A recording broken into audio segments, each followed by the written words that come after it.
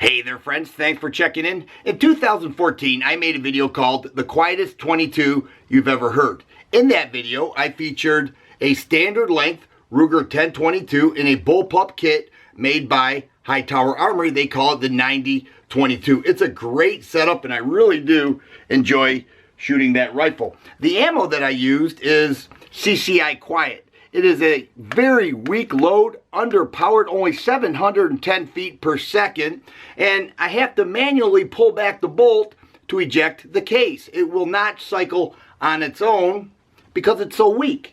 And I also used my 100-pound Guardian suppressor. So you could imagine the three of those combined would make for very quiet shooting. When I would pull the trigger, it would sound just like that. The reason this is important is because at this point in time, Trump is talking about deregulating the process of purchasing a suppressor. I am all for that. When I got my suppressor, I had to pay $200, fill out 4 pages of information, submit passport photos and fingerprints, and then wait 10.5 months to get either approved or denied. And I think the process is tedious, it's too expensive, and it should be deregulated.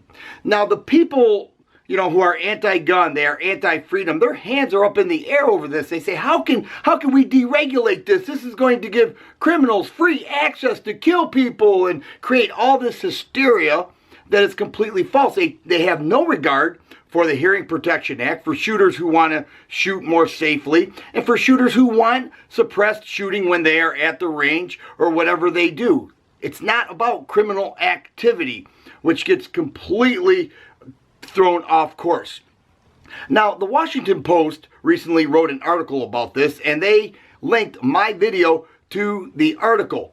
And when they did that, they said that the rifle that I used was a high-powered rifle. They said a high-powered rifle, even a high-powered rifle with subsonic ammunition even sounds like a pellet gun. Now, I did mention that it sounds like a pellet gun because it does, but this is not a high-powered rifle. This is actually, in regards to rifles, it's actually extremely weak, especially with a 22 long rifle, 710 feet per second. It's about as weak as you could get with a rifle, but they classify this as a high-power rifle. Now, the author, Michael Rosenwald, never contacted me, didn't try to get any additional information. He took my video, which is his right. He could take my video and place it on his article, but the problem is it leads the readers to believe that this is true, that this is real journalism, that this is really how it is.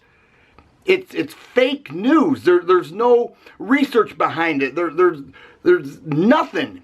Calling it that a high-power rifle is nothing but complete falseness, and people get all excited over it. Now, an author from The Federalist, Sean Davis, decided that he was going to debunk this. He did contact me, and we spoke via email, and he got his information down, his facts straight, and wrote an article. I'm going to put the links to both of those articles down below. Check them out, and you'll see for yourself why it is so hard.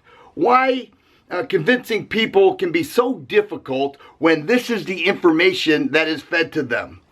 Fake journalism, simply to move minds into a direction that is false and create a bunch of hysteria and a bunch of viewership. This was also shared by MSN.com, and those readers got to read the Wall Street Journal Post as well, and you could just imagine the attention and the hysteria that is created from that.